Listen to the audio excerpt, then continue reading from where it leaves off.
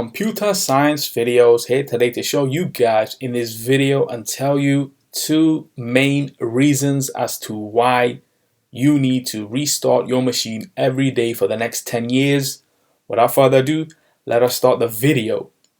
In this tutorial, you need to have access to a Mac computer or any other computer that you are using on a regular basis. We can now start the tutorial.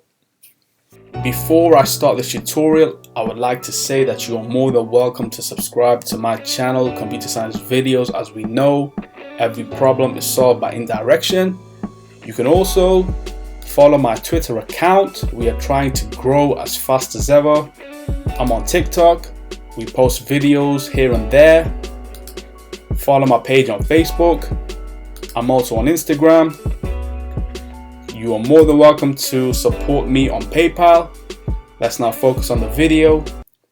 And so, the main reasoning as to why you must restart your computer is a simple restart will refresh all the system memory, making it ready for it to start all over again. If your computer is being restarted on more consistent basis, it will keep it running optimally over time.